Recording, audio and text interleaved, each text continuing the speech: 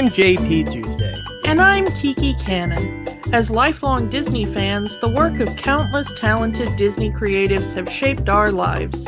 Now, as the Disney catalog expands, we're taking a journey through film and television to discover if that spark that shaped us as children lives on in adulthood.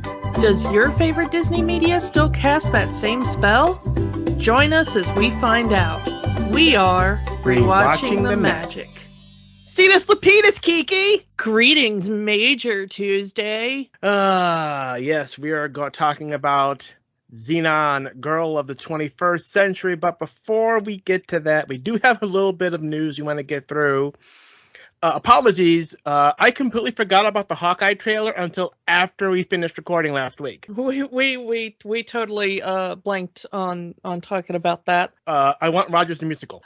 Some people are already trying to guess what the songs are in Rogers the Musical. The favorite one that I've seen is somebody suggested a song called I'll Be Your Shield, which is the big love duet between Steve and Peggy. People have already writing songs. I've heard one called We Have a Dance. One's called there should be one called I Can Do This All Day. One is like Till the End of the Line and stuff like that. Yeah. I want Rogers the Musical. I wanted a Disney California Adventure. There's a big building that had Frozen the Musical in it. It's not there anymore. It's right by Avengers Campus. Put it in there. Yeah, I would be down for it. It would be much better than Spider-Man Turn Off the Dark. As long as nobody gets injured, I think it would be better than Spider-Man Turn Off the Dark. Yeah, so again, apologies for not talking about Hawkeye last week. But we do have another Marvel trailer. Marvel's Hit Monkey coming to Hulu in November. We've kind of talked about this before, how there was plans with Hulu to do a lot of Marvel properties. We got the Hellstorm one that got made. We had MODOK that came out earlier this year, Hit Monkey. And then there's the ones that unfortunately got canceled, like the Howard the Duck series and the Ghost Rider series. Both of them, I'm really angry that we're never going to get, because I really wanted to see what they could do with those two characters. Yeah. I was really looking forward to most of those, actually. Yeah, but Hit Monkey, it's a monkey, and he's an assassin. That's really all I need to know. And that's really all the trailer gives us. There's a couple of quips from the character that Jason Sudeikis voices, and the monkey kills people. And that's all we get. It's a very short trailer. Yeah, the story of Hit Monkey is there's an assassin. He's injured. He goes to this area where there's a lot of snow monkeys. The snow monkeys allow him to stay, and which brings in all of the other assassins that are trying to kill him. So the only surviving monkey is Hit Monkey, and he goes for revenge. That is at least the comic book origin of Hit Monkey. I don't know how much of it they're going to keep for the series, considering that it looks like the ghost of the original assassin is going to be staying with Hit Monkey for a while. Not gonna lie, I consider myself a Marvel fan. I have no idea what Hit Monkey is. He's one of those obscure characters. He's really good friends with Deadpool in the comics. Makes me wonder if that seems like a very Deadpool thing.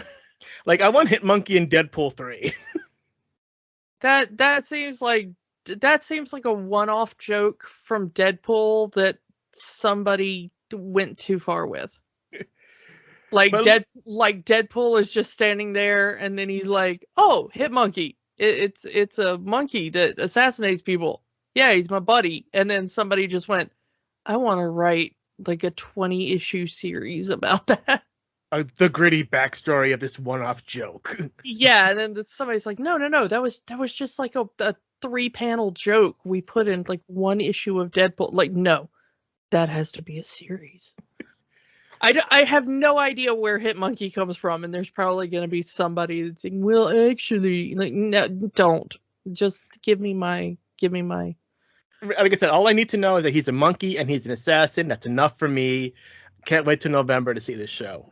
Yeah, it looks fun, but just it's a very sparse trailer so far. Yeah. The other trailer we got, though, Muppets Haunted Mansion, which we have been talking about a lot because we're we're Muppets people. Note, we're actually recording this episode on Jim Henson's birthday. It's a good day to talk about it. This trailer is absolute fire. This is such a good trailer. Not only, Muppet references, but references to the Haunted Mansion itself. Welcome, foolish Muppets. Madame Pagoda. Madame Pagoda is now my life. I am 100% here for Madame Pagoda. And Hatbox Fozzie. Yes, that's also excellent.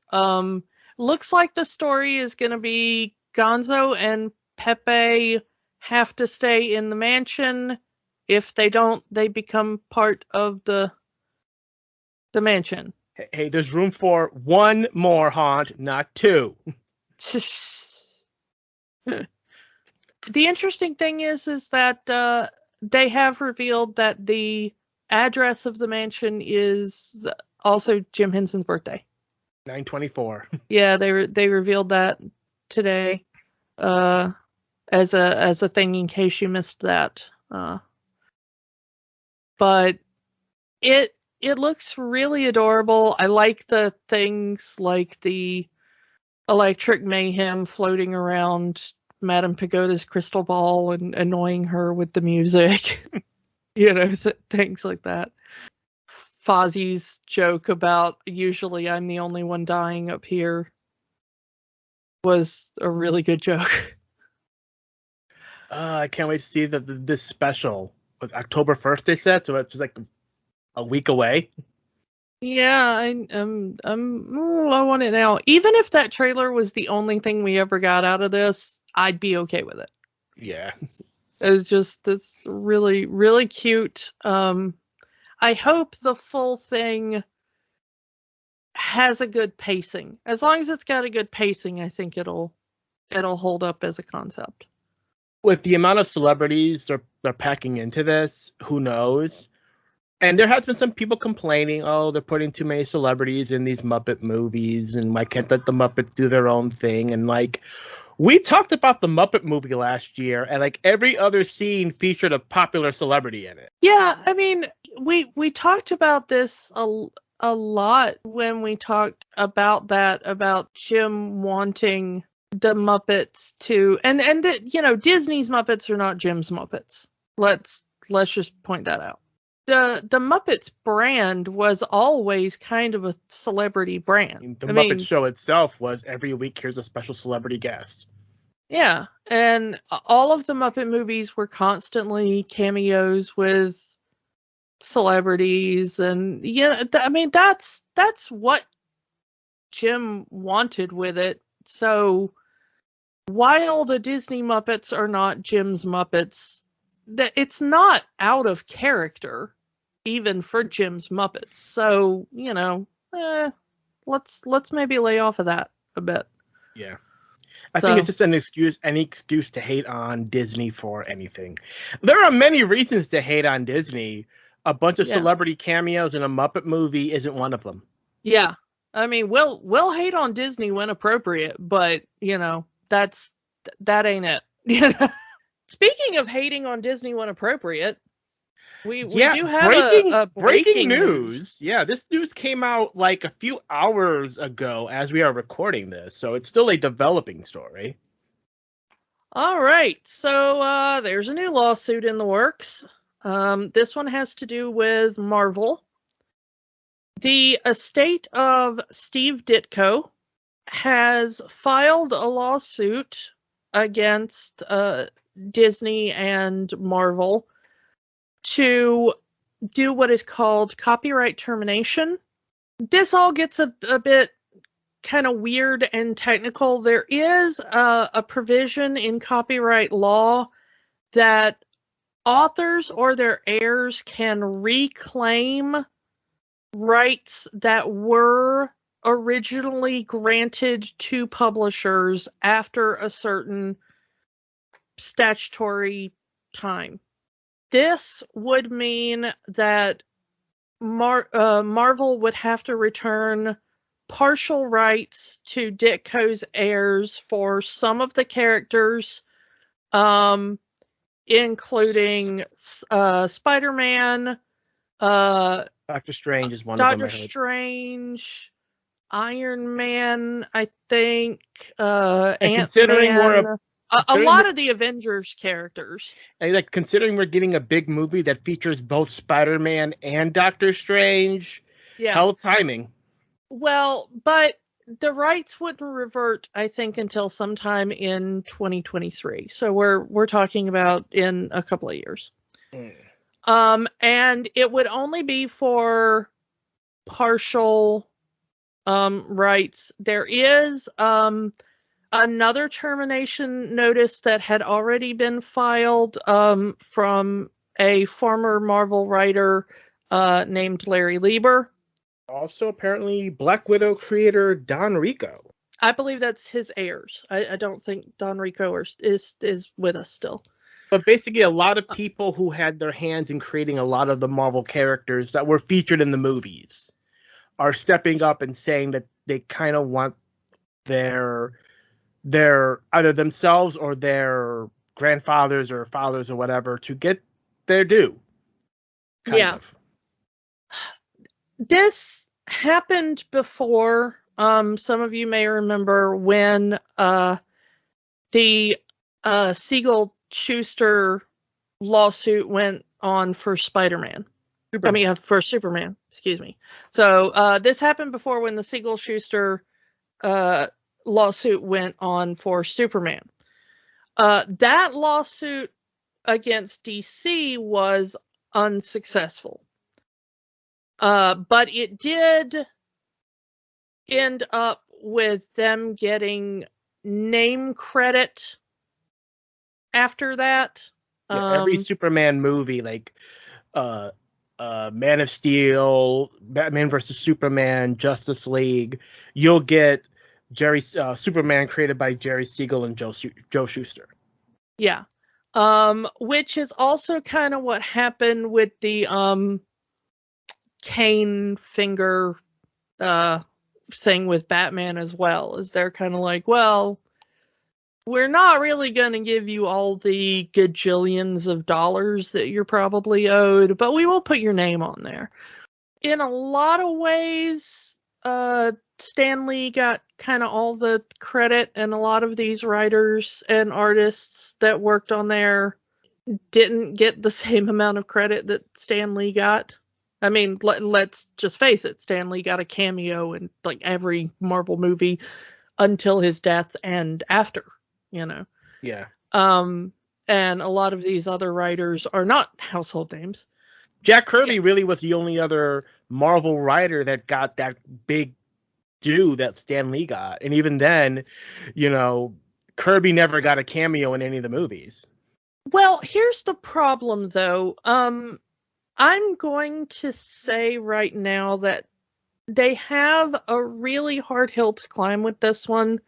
Best of luck to them, honestly. But I think they have a really hard hill to climb on this one, even more so than the unsuccessful DC thing, because here's a hint.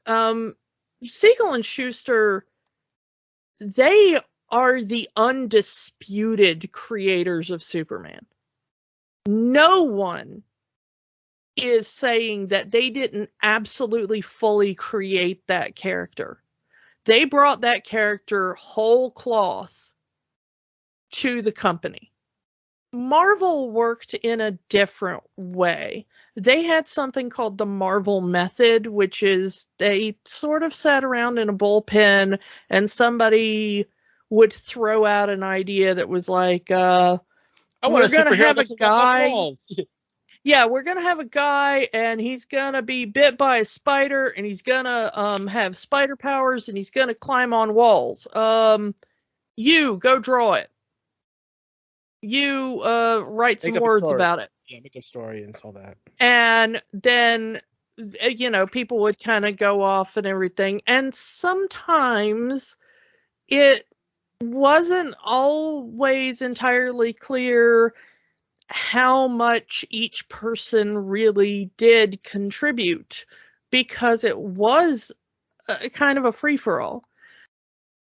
sometimes people in the room might call out more ideas like, well, what if he had these little things on his hands that shot webs out and helped him swing around on things? Well, you know, what if his costume was kind of red and bluish, and, you know, what if it, you know, and what if he had a grandma? Grandma's too old. Make it his aunt. Yeah, his aunt. Yeah, it really was apparently kind of like that. And so 30 or 40 years later, sometimes you don't always remember exactly who in the room called out what at the time. And once these things, you know, at the time, these things are not huge money-making properties. You're just a bunch of guys getting paid by the page for what you're working on that day. And at the time, that's enough for you. You're not seeing,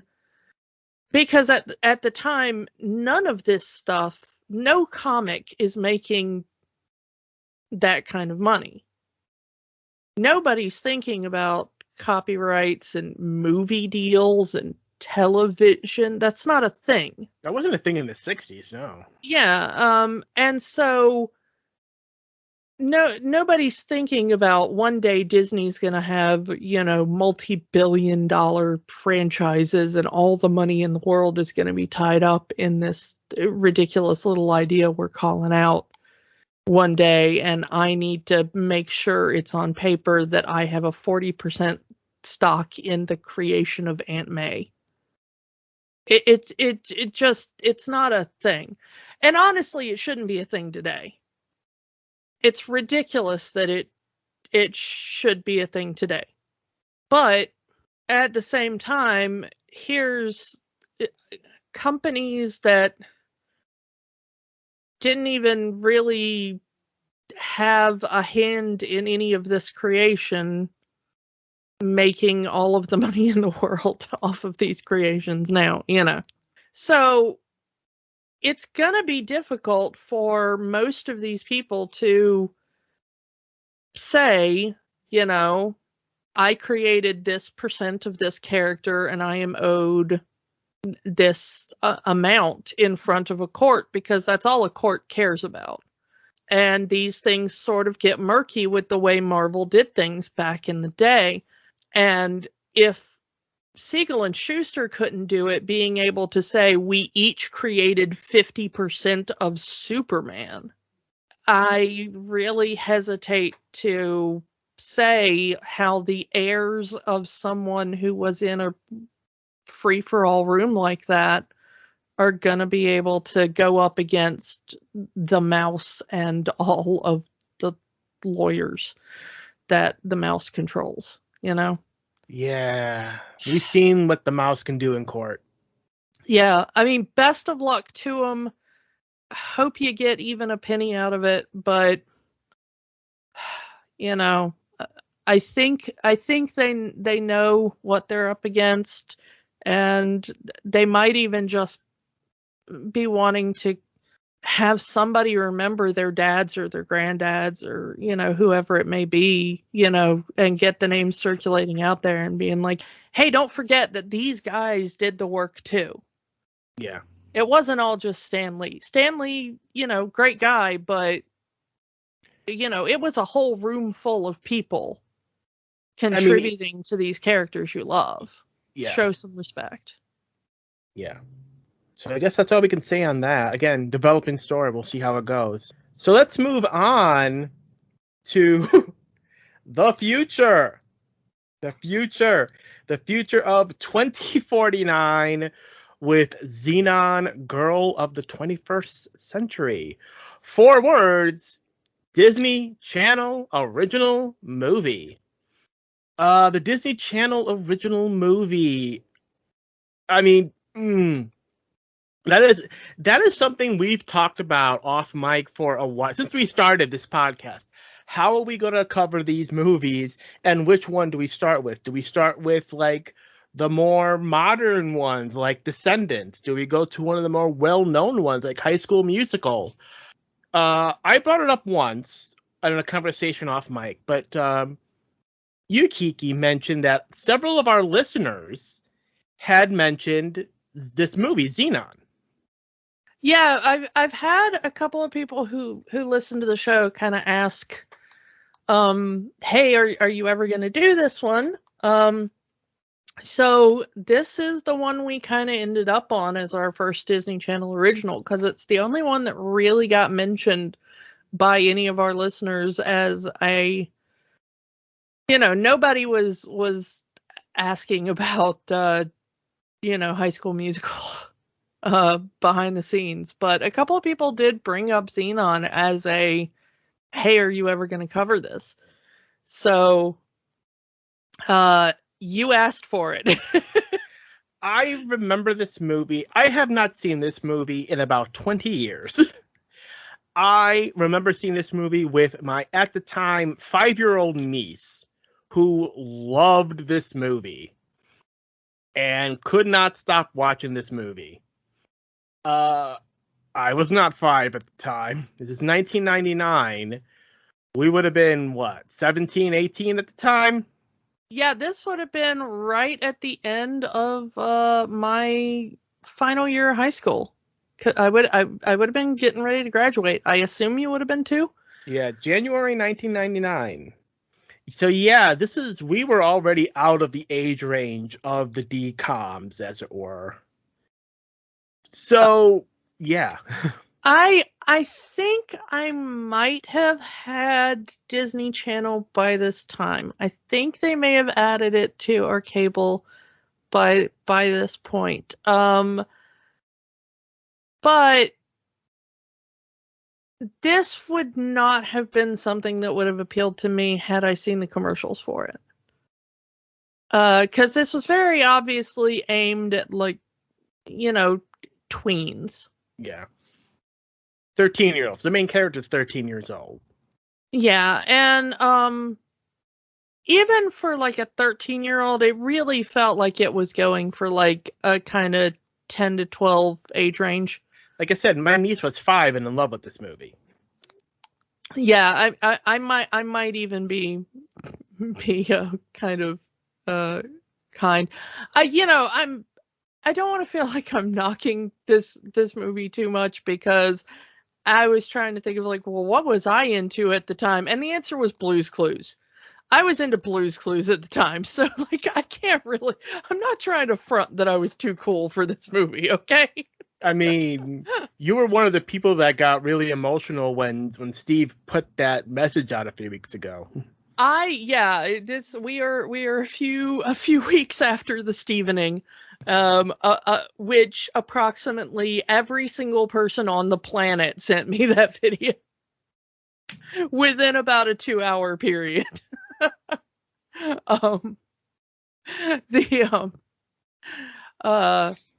And yes, I cried so hard, yeah. But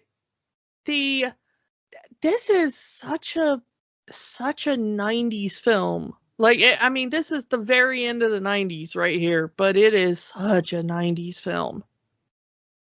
This was right at the end of what I would call, we've mentioned it, the Kid Power era of films.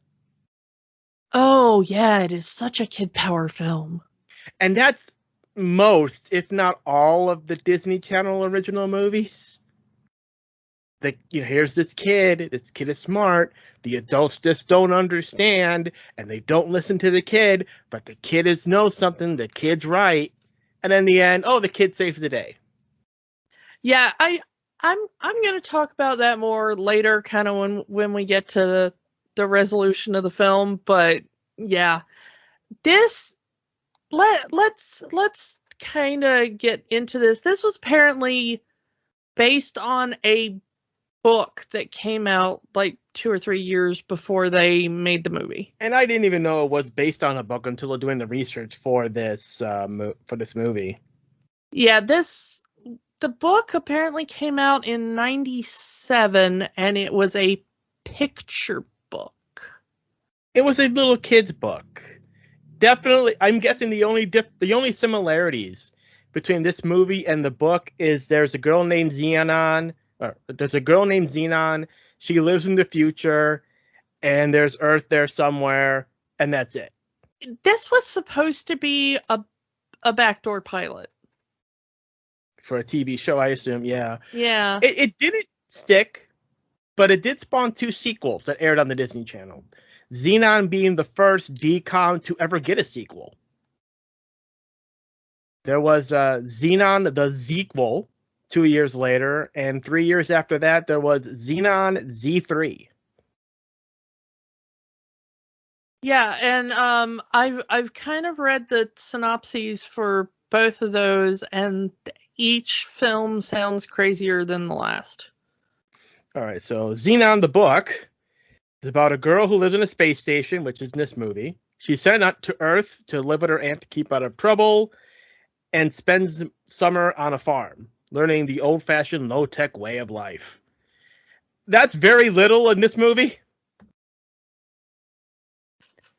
There's a farm at one point in this movie. Yeah, we do sort of see part of a farm at one point. Yeah,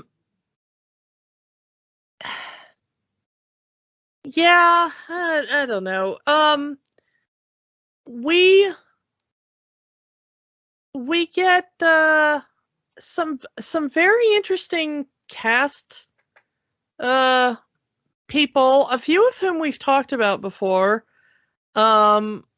Let's just kind of run through it real quick. We have Kirsten Storms as our main character, Zenon. She was in Kim Possible. Yeah, she was the voice of Bonnie on Kim Possible. Yeah, so I don't think we talked about any episodes that she was in. Yeah, I don't remember coming across the character of Bonnie.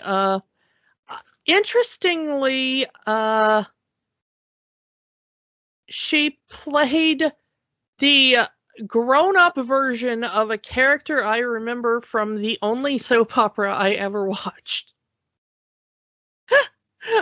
When I was a kid, I used to watch Days of Our Lives because my mom watched Days of Our Lives, and after she died, I kept watching it for a while to kind of keep a connection with my mom.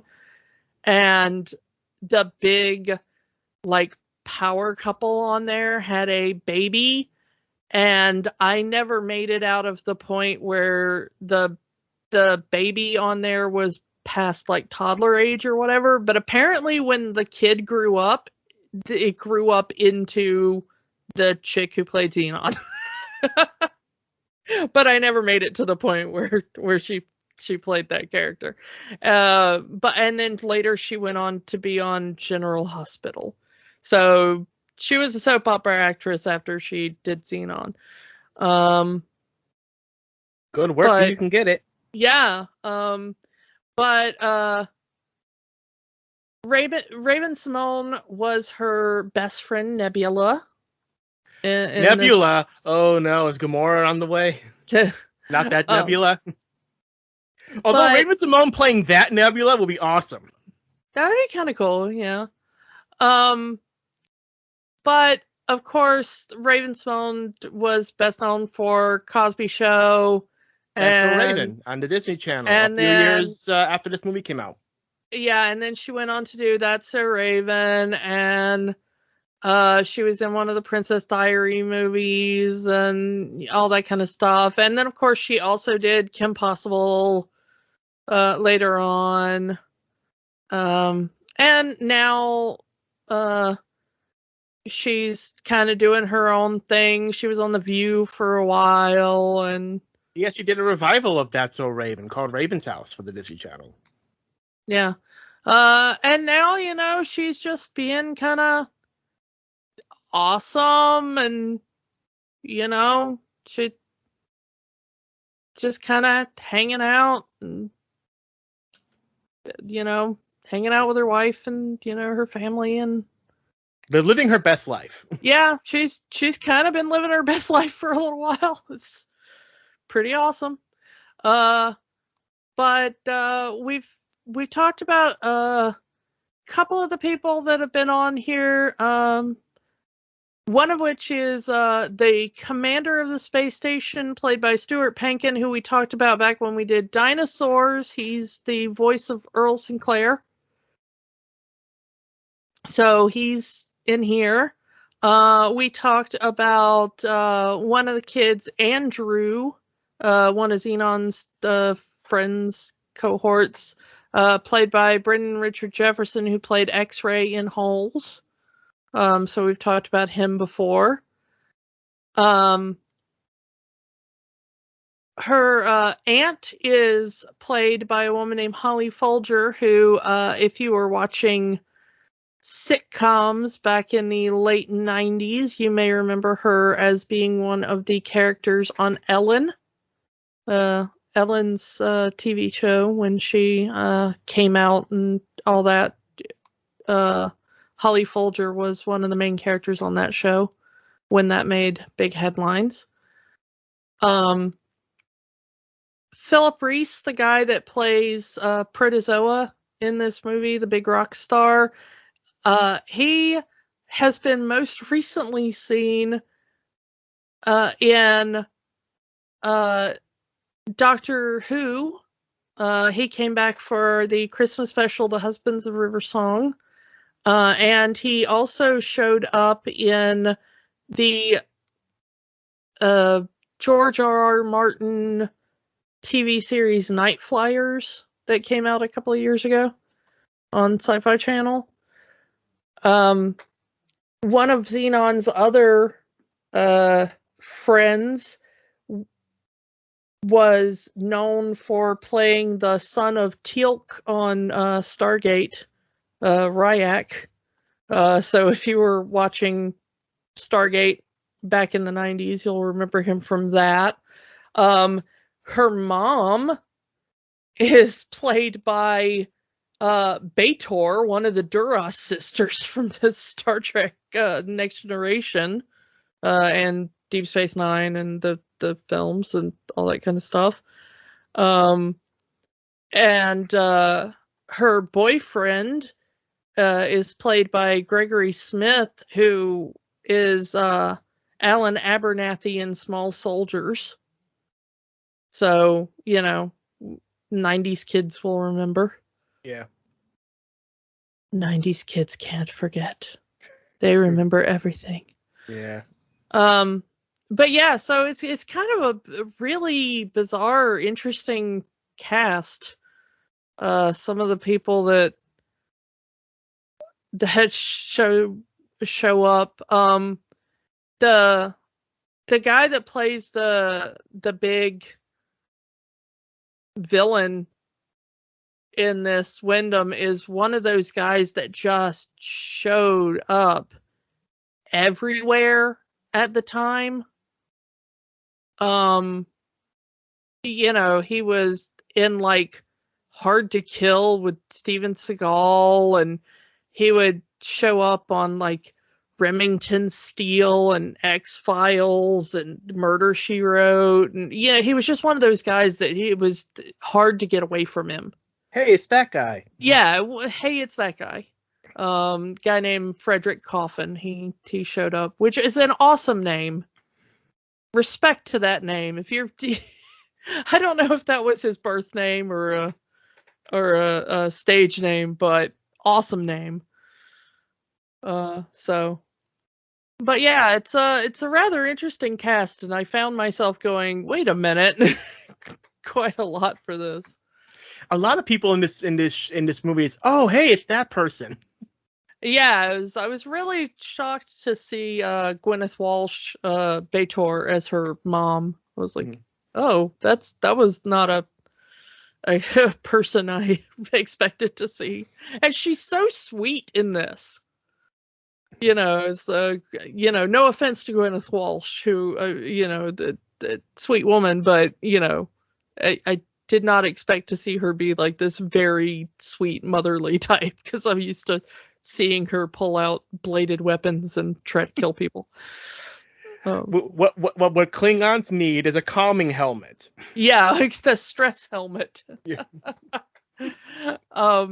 So let's kind of get into our thoughts on the plot and the movie proper. For a movie, I'm going to say one thing, because again, this is something that takes place in the future. On one hand, I want to give credit for the future technology they have in here, but it's also the same kind of future technology we've been seeing in every kind of movie from this era. Like, these guys have iPads. Really thick and heavy iPads. The iPad wouldn't come out till 10 years later. Really bulky, heavy. I mean, it's the same kind of like, wouldn't it be great if you had a tablet that you could take anywhere and communicate with people with? Yeah, I mean, they sort of have a smartphone kind of thing, except it's FaceTime. It's FaceTime. They have it's all it's good for. It's a smartphone that only does FaceTime. That's it. Yeah, no Netflix on this tablet. And no internet either. She has to go to a terminal at school to use the internet, and it is still 1990 computers. AOL to dial up. But it does have like electric cars, self-driving cars, and stuff like that. Yeah, except all the cars are VW Beetles. Somebody paid a lot to get these VW Beetles in this movie. Which is hilarious because the type of cars they're driving aren't even made anymore. Yeah. Like, you know, by the time we're recording this, they aren't even made anymore. They have stopped production of those cars, which is hilarious. Yeah, the first thing we see is kind of, you know, her wake up routine and everything, at which point she records on her own alarm to herself saying, "Get up, you have a test today." Yeah, and then it ends with, "Hey, I know you don't like to wake up like this, but it could be worse. You could be living down there," at which point we pan out to see she's talking about the Earth, and she lives on a space station. Let's look at this glorious space station, which is made from the worst CGI in 1999. This is a TV movie. We're not talking big budget Hollywood special effects here. Even for a TV movie, this is the worst CGI. You were watching Babylon 5 around this time, weren't you? Yeah, but Babylon 5 had some really freaking good... I mean, Babylon 5 was off the air by 1999, but Babylon 5 also had way better CGI than this, and it was several years before this. I'm going to tell you that in 1993, Sequest had better CGI than this, and that was 6 years earlier than this. Yeah, no, I'm telling you that I know things on much more shoestring budgets than this with way better CGI than this. That came out years before. There is no excuse for the CGI in this film, is all I'm saying. It's bad. It is awful. I think even in 1999, I would have looked at this and gone like, "Oh wow, this is they gave this to somebody's little brother to do as his school project."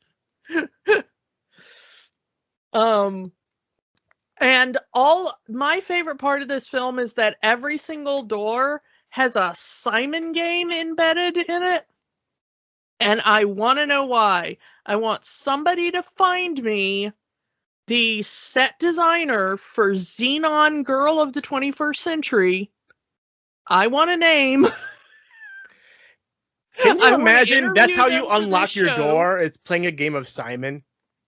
But the thing is, nobody ever touches one the entire film. It's not a lock, it's not a code pad, it's not a press here to enter. They're all automatic doors, but next to each door is a Simon game embedded in the wall. Just for shiggles, apparently. I don't know what it is. I don't know why it's there. Looks It's the futuristic. future. Yeah. And it is so goofy, and I laughed every time I saw one. Life's not so good in the future. Apparently, this space station has seen better days. They say that the commander said that the space station's been around for 25 years, and in the opening scene of the movie, we're seeing that there's parts of this space station that is closed, and there's construction, and they go on how there used to be fires and things breaking down, and life's not so good in the future. Even in the future, nothing works. But apparently it is way better than Earth, because Zenon keeps talking about how her mom told her stories of Earth, and that you're constantly mugged, and there's horrible tornado storms. The weather changes every 5 minutes. And yeah, it rains and then snows, and then there's like a lightning tornado with hail inside of it or something. I don't know. She has all these wild stories.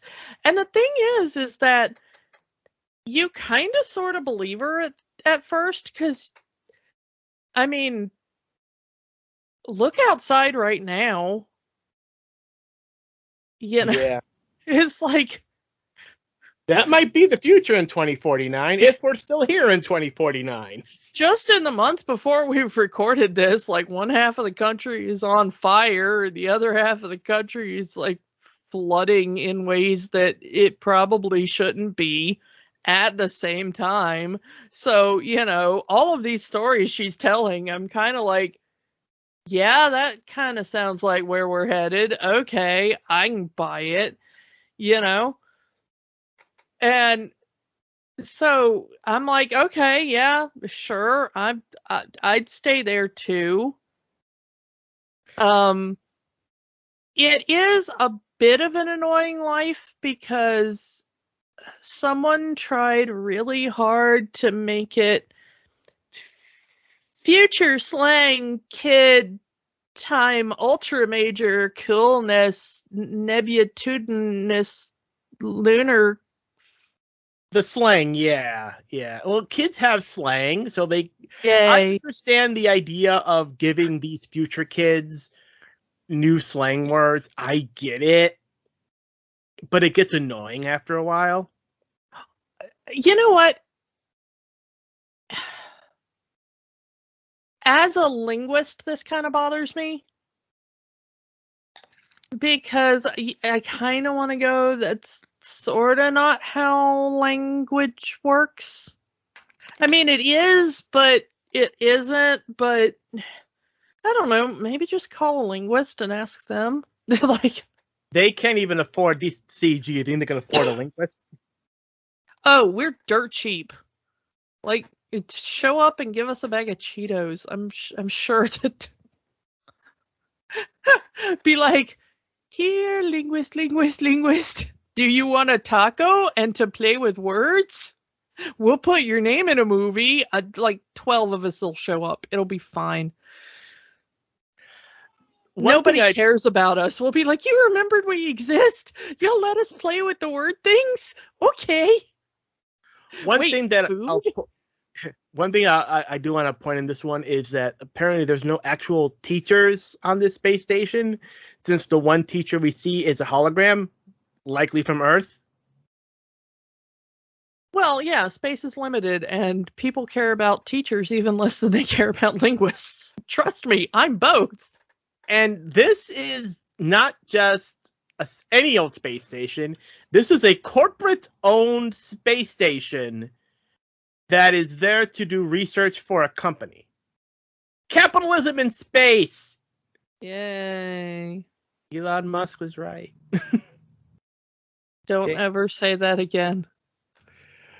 Yeah.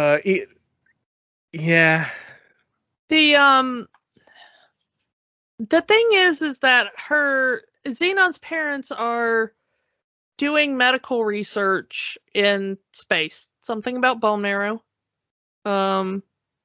Which I am very pleased to see, as someone who comes from a family who could probably benefit from some bone marrow research. This is kind of interesting, and their research can only be done in an area that has a weightless environment. So it's very important that this space station keeps going, because her parents and medical research in general need this space station to keep existing. But Zenon keeps getting into trouble. Because kid. Xenon's just like you. She gets into trouble too. No, I didn't.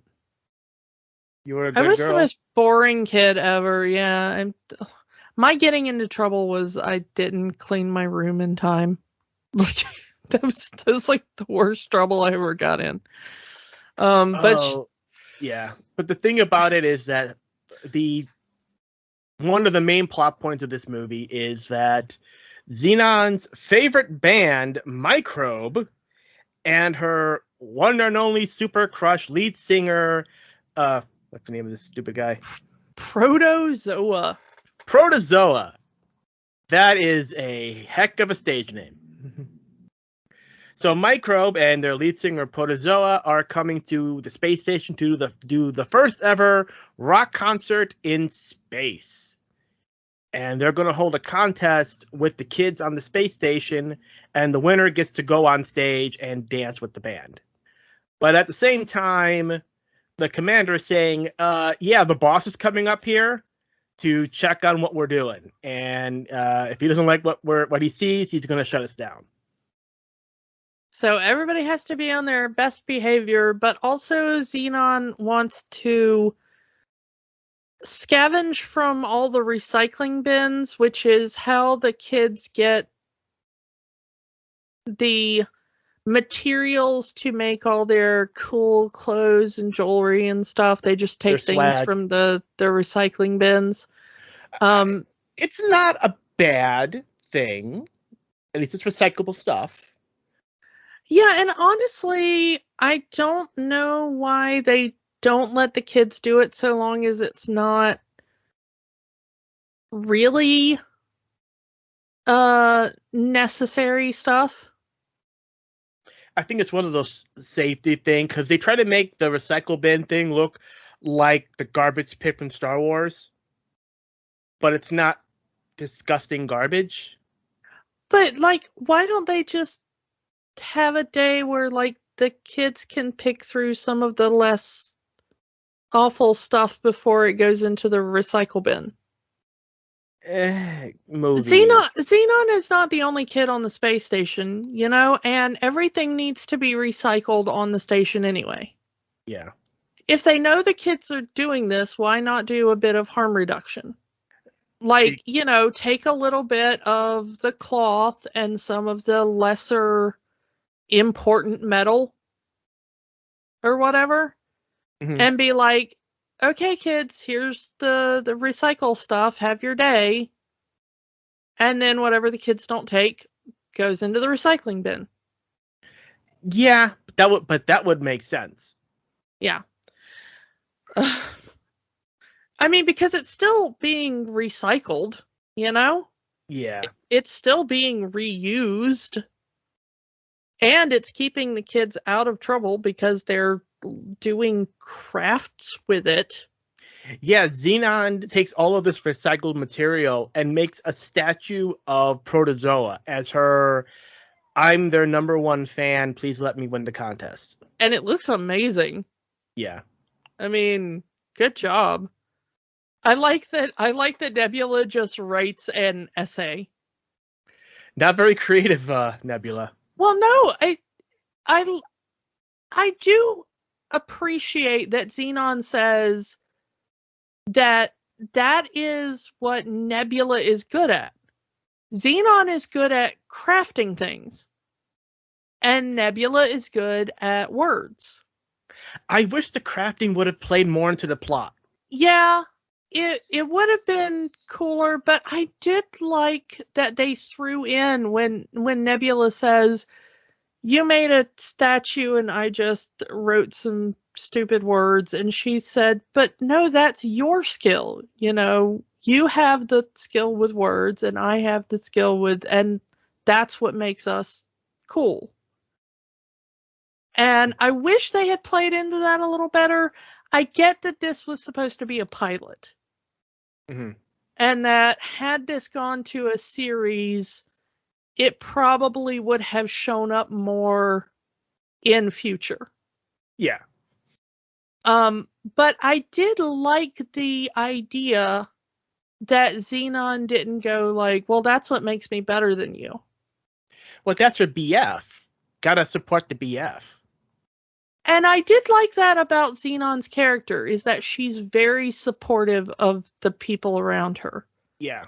Except for the mean girl. I mean, even the boys on the space station kind of make fun of her for liking Micron. Apparently, in the future, music has no melody, and you're not supposed to understand the words that are being sung, which makes me wonder: is mumble rap the king in the 2049 year? I don't know, but I'm glad that at least some. I mean, maybe I'm just old, but I do like that some melodic, lyrical music has survived. But Zenon tries really hard because her parents do tell her that it will ruin their entire lives if she acts out while the CEO, Wyndham, is on the space station. And doesn't help the fact that she steals a spacesuit to go see a supernova. Yeah, that is one of the things, that she steals a spacesuit to go see the supernova pass by. I love the punishment scene afterwards because it shows that Zenon gets a lot of her spirit from her dad, because he's like, oh man, that was so cool.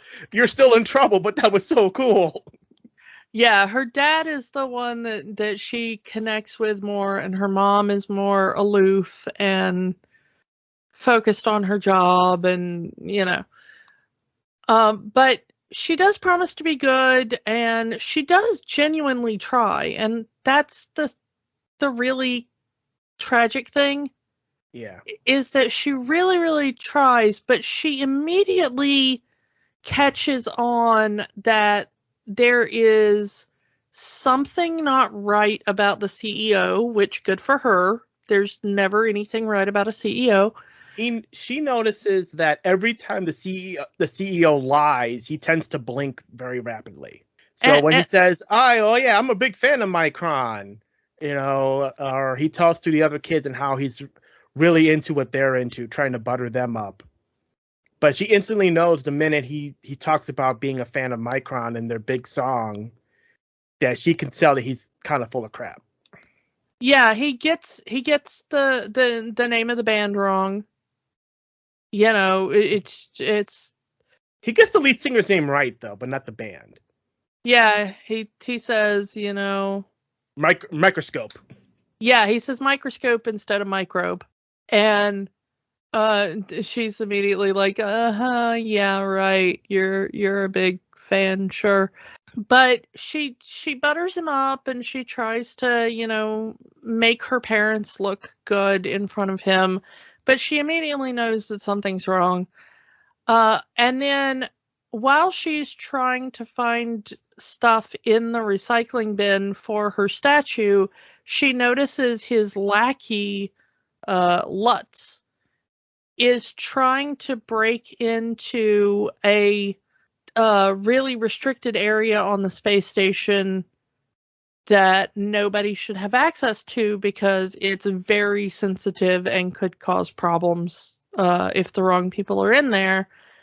And she gets him away from that area right then because she catches him, but then she starts following him around, trying to see what's wrong. And she sees him put some kind of disc in there, but she doesn't know what it's doing. And in trying to leave the area, she sets off an alarm and gets caught. And the head of the space station will not believe that Lutz was even in there. Yeah, he even says, hey, Lutz was in his quarters the entire time. Why would he lie? It's not like, it's amazing that this space station doesn't have security cameras in that area. Yeah, you would think they would. But the one thing we've figured out about the head of the space station is that he hates children. He thinks that they're troublemakers and liars no matter what. And honestly, Zenon is always in trouble. So why would you believe her? I mean, you do kind of feel for the guy. She is always in trouble. And he's trying to run this space station to the best of his abilities, and he's trying to keep these kids from running around causing problems. Which Zenon is generally the one that always does. If something goes wrong, it's Zenon's fault, and we've seen that several times by this point in the movie. Why is it always you three? I don't know, ma'am. Yeah. The old adage, like, if the principal knows your name, it's not good. Generally not, no. But the head of the space station leaves it up to Zenon's parents, but he says, if you don't make her punishment fit the crime, I'm going to make sure that, you're all punished, basically. Their jobs and their lives are on the line here, as far as their lives on the space station. And so they decide that they have to ground her. Literally ground her. Literally to the ground. So they send her to Earth to live with her Aunt Judy for an undetermined period of time until she learns her lesson. The only problem is Zenon has been on the space station since she was 5. She doesn't remember any other life. All of her friends are here. She doesn't remember being on Earth. She doesn't, understand gravity. She's never had food from Earth. She's never, She immediately gets hay fever the minute she gets off the shuttle because she hasn't breathed actual air. She has trouble walking because of the change in gravity. Yeah. Her clothes and her manner of speaking and, everything is completely out of touch there. Yeah, it's because when you first see Zenon and all the kids on the space station, all right, bright pastel colors. It's something right out of Back to the Future 2 with the bright pastel colors. But once you get on Earth, everyone is just wearing regular clothes. Yeah, it looks like the 90s, on Earth. They try to hand wave it away with the ants saying, well, we're not like New York and LA, which have super futuristic cities. We're just going to have our regular old town, which is a cheap way to say we didn't want to build a futuristic city. Yeah, they never say exactly where she is on Earth, but you get the feeling that she's been sent to a more, not rural area, but It's Toronto! Well, it's Toronto in real life. But it's meant to be more, it's actually in Vancouver, in at least for part of it. I don't know if it was filmed in part, but that what's it called, like the Nation Plaza or something like that, it's not there anymore, but they used it in like every single sci-fi show in the late 90s. It's in so many things, and it had all the nation flags and everything and that big glass whatever, and they just, every show at the time thought it looked futuristic, so it's in every single show at the time if you watched a lot of sci-fi in the late 90s. So of course it's in this, but it was in Vancouver. I I don't know if they filmed the rest of it in Vancouver, but I don't see why they wouldn't have. It's meant to be like, oh, we're kind of in the backwater or whatever. Theoretically, they're probably in America, maybe, since she references New York and LA. But who knows? Like, they don't even really give a specific country. Although they do say President Chelsea Clinton. Oh yeah, I forgot about that. So I guess they're supposed to be in America. Because there's a thing where he mentions President Clinton. It is 99. And her father, former President Bill Clinton. All things considered, Chelsea Clinton wouldn't be a bad president. She wouldn't be the greatest president, but we've had worse. Well, just because we've had worse doesn't make somebody a great president. I don't know. Compliments on the joke. The joke is funny. The interesting thing is, though, is that they go through all this, like, she's never seen ornamental flowers before. Because everything on the space station has to have a purpose. Purpose, yeah. So it's either there to create oxygen or create food. So you have to have something that's either a big oxygen output plant, which might be like an algae, maybe, or a tree, or it has to be really good for nutrition. So once again, like an algae or like you mentioned earlier, all of the food that they have on the space station is grown on the space station. So they don't have pizza or hamburgers or anything like that. Yeah, it does seem to be a pretty vegan diet because it would take too much to raise like a cow or a pig.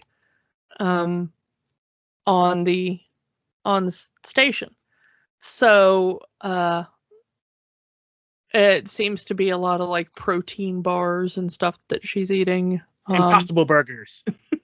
These things smell so awful and they taste worse. But the second that she kind of gets down there and tastes like Earth food, she's immediately like, this is the greatest thing ever. But she does things like, of course I can ride a bike, and then immediately falls over, and she was like, oh yeah, I forgot there's stationary bikes up there. I didn't account for like forward motion. She said she can swim, but she can only swim in space, and apparently, the space station is on the metric system, which they're not, and that's how you know it's in America. Yeah, that was the one thing that I was like, oh yeah, they really have to be in America, because she sets it for Celsius instead of Fahrenheit. But you know, she doesn't have money because they don't use money on the space station. Yeah. Stuff like that. The interesting thing is that she gets to Earth and almost immediately gets a boyfriend. Main character syndrome. Yeah, I do love her aunt's snarky little thing about you've been on Earth for like 2 days and you already have much better luck with men. Of course, later when the aunt goes to the space station, she gets her love interest within like 20 seconds of walking off the shuttle. But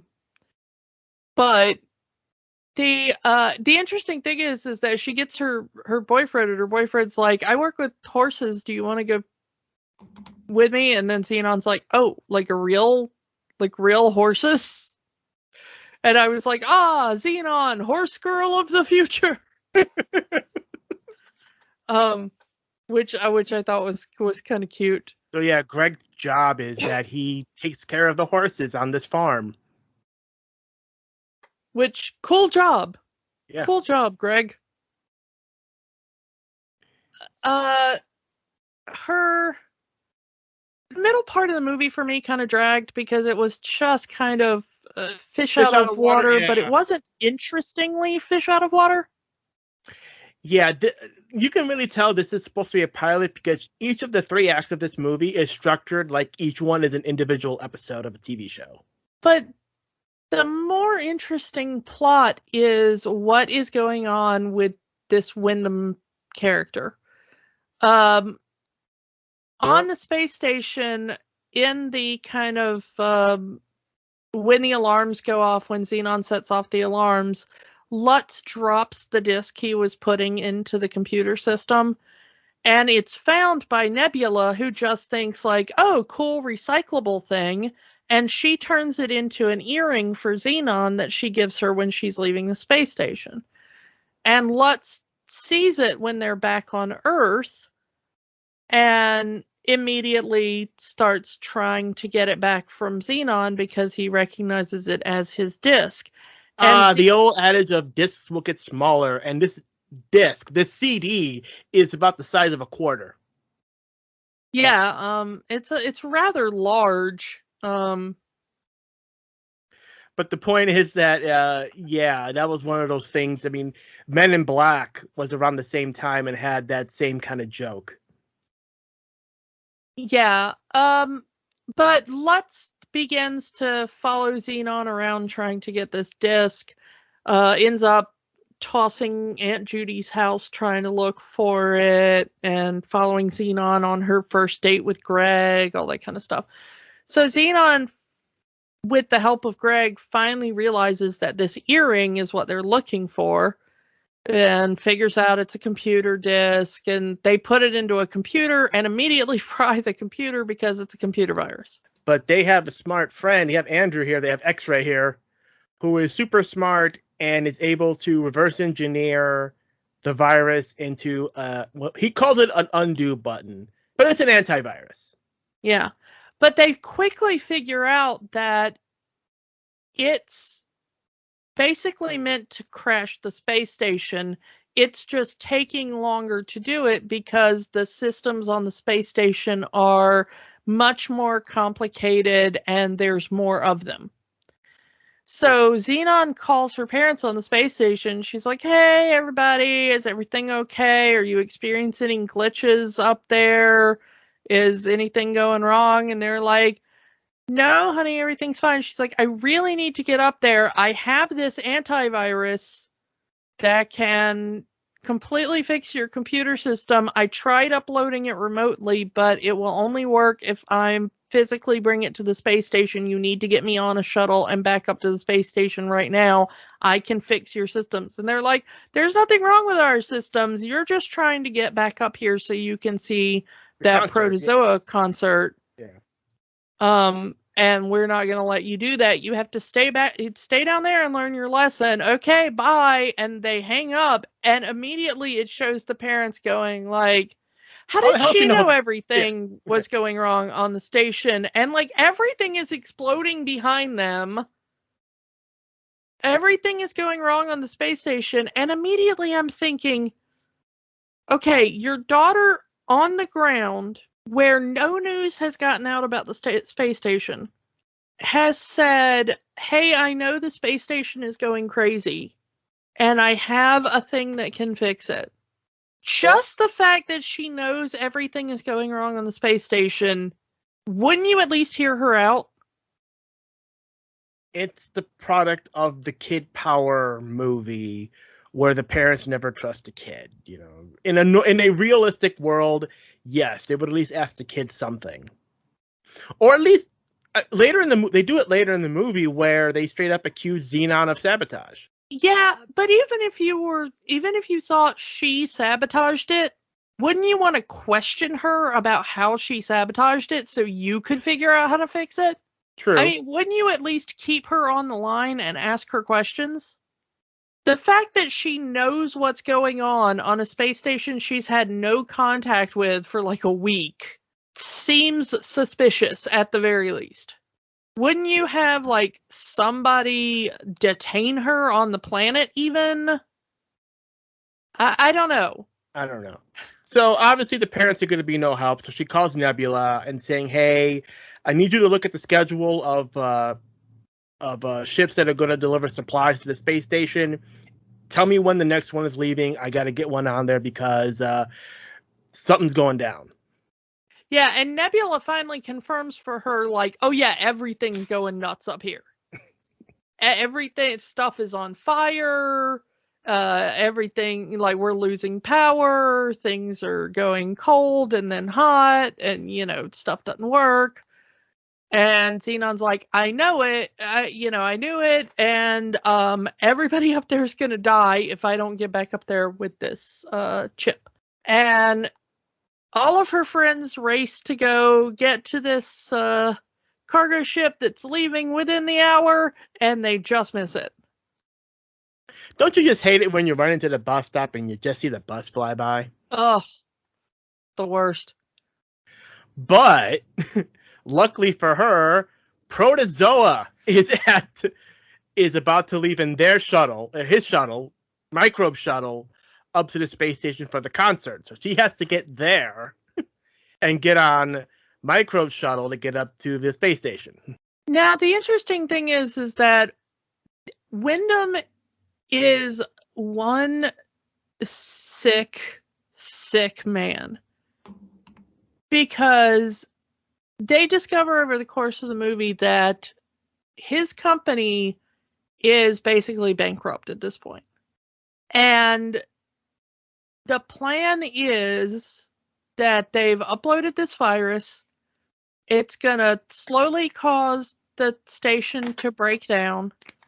The station was already kind of having some problems at the beginning of the movie. It's going to look like the problems just accelerated. The space station was old. It's broken down. And it's going to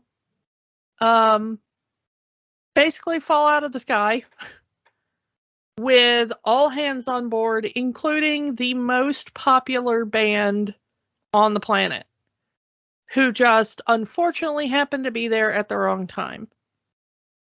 It's going to be huge national news, international news, horrific story, and huge insurance payout.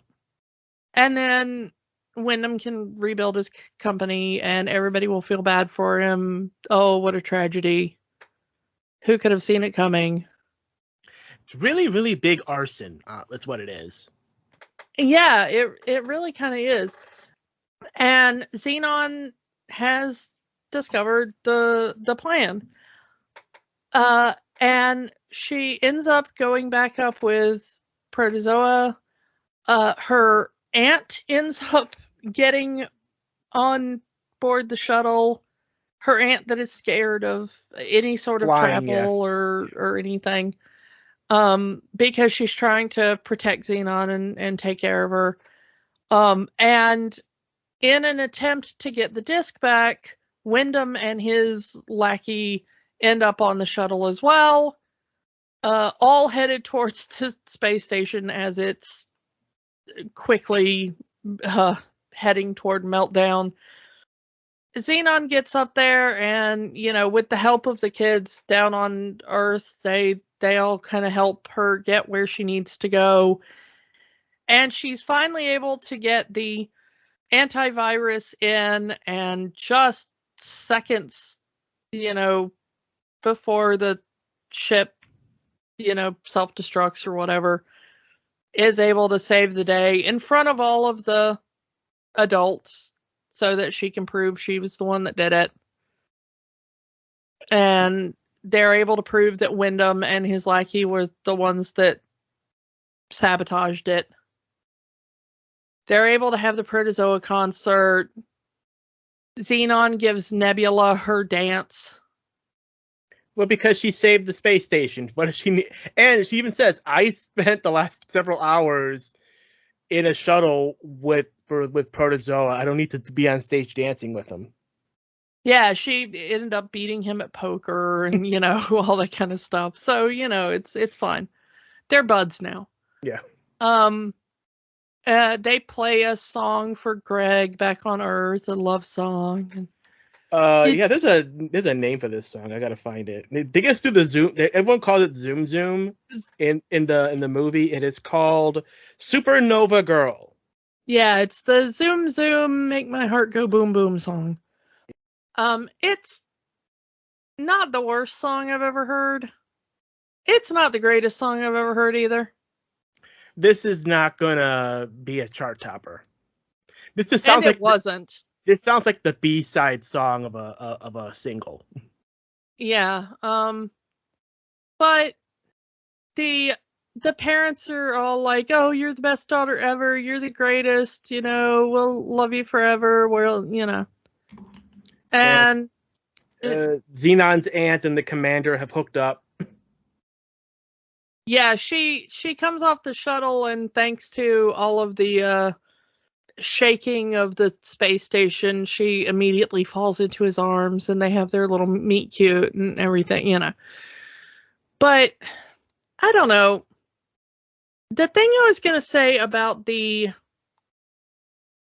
kid power aspect of this is, if you were Zenon, would you ever let your parents live this down?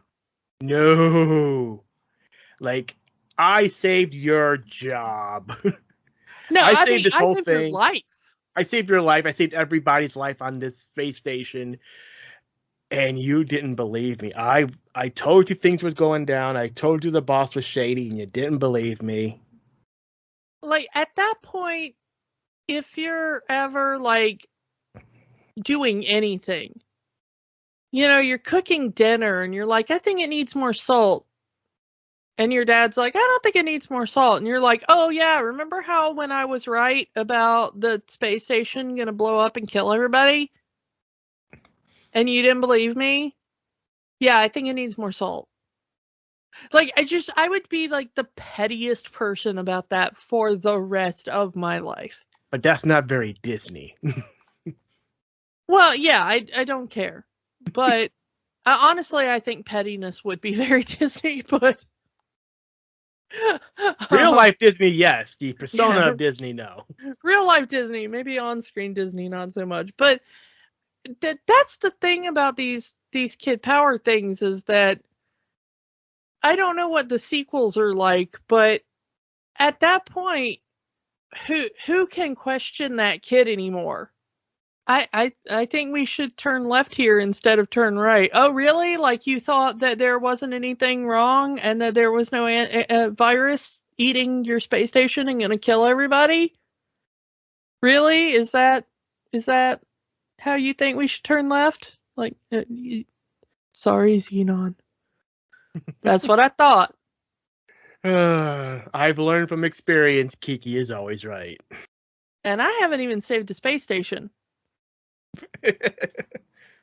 I'm just saying. Oh. So we asked the question?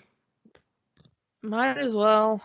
Does Zenon, girl of the 21st century, have the magic? I don't know. As a pilot, this might have been okay. There's some ideas here that, like, if it had gotten to be a TV series, they might have been able to flesh them out into interesting concepts. Mm-hmm. But as a standalone movie, it just felt weird. I don't know. I mean, I fully admit that I am not the audience for this film. Mm-hmm. But taking it as a film, you know, the second act drags a lot. There are parts where it doesn't really hold together cohesively. It's not a bad film. And a lot of what is not great about it can be chalked up to the fact that they were trying to do this as a TV pilot. I'm going to say no, honestly. And I will agree with what you said. I'm not the audience for this. I wasn't the audience for this when this movie came out. And this tends to fall onto the bad side of the kid power type movie. In that, you know, none of the adults listen to her at all. Not one. Usually in these you would at least get one adult who at least would either understand her or at least would listen to her or something. But yeah, as a pilot for a TV series, this is definitely, I understand why this was not picked up for a series. As a film, even as a TV film, doesn't exactly grab me, but I can see why it would grab a younger audience and be popular enough to do not one, but 2 sequels. I can see why, but it's just, there's a lot of good ideas in this movie. The idea of here's this kid who's only lived on a space station and has to adjust to life on Earth. That is a nice idea for a movie, a show, whatever. But it feels like this it falls apart in the second act. It just falls apart in the second act. And they try to save it, and this doesn't work for me. Yeah, I'm also going to say no magic, but I can understand why, if you have like warm nostalgic fuzzies for this, I get it. Yeah, if you were the right age for this movie, I can see why you really like this. Just even as 18-year-old in 99, I wouldn't have really said I don't remember anything about this movie, and I think I understand because I wasn't the audience for this movie at the time. But I think just objectively looking at it, it's not a well-constructed film on several levels. Mm-hmm. There's a lot about the writing, the direction, bits of the acting. The actors weren't bad, but I think the way that they were kind of directed. Yeah, they weren't given a lot to work with. Yeah. So, you know, it had more promise than it really delivered on, unfortunately. I feel like even on a TV budget, if done today, it could be done a lot better. Yeah. There were good ideas there. Mm-hmm. But you know. Yeah. Good in concept, not so good in execution. Yeah, I think that's where I come down on it as well. I don't know if we'll be doing the sequel anytime soon, but yeah. So yeah, no magic, unfortunately. Again, sorry if this was one of your favorites. It just wasn't made for us. Let's move on to next week, because next week starts spooky season again. I know a lot of people have already gotten their hoodies and their pumpkin spices, everything's already, but officially, spooky season starts next week. And we've got one that I've wanted to talk about for a long time. Escape from Witch Mountain. Have you ever seen Escape from Witch Mountain? I kind of have like a weird feeling that I might have as a kid, but I really don't remember a lot about it. This is another one that I haven't seen in a long time. I'm looking forward to it. There aren't a lot of witches in this movie, but it is on the more this one is one of the more darker Disney movies of that era. It was in that era where they were trying to make it a more of a dark movie versus the more lighthearted kid movie, and we're gonna go back and see how they did with that. Yeah, I'm kind of looking forward to it. There was this kind of whole swath of live action films at the time where they wanted to explore kind of darker concepts for slightly older kids. And so this is one of them, and we're going to see how it holds up. Join us next week as we escape to Witch Mountain, and we will talk to you all then. Bye! Don't let the magic stop here. Join our conversation online on Facebook at Rewatching the Magic. Twitter at Rewatch the Magic. And of course, new episodes every week at rewatchingthemagic.podbean.com. Remember, the magic is for everyone. It only stops if you let it.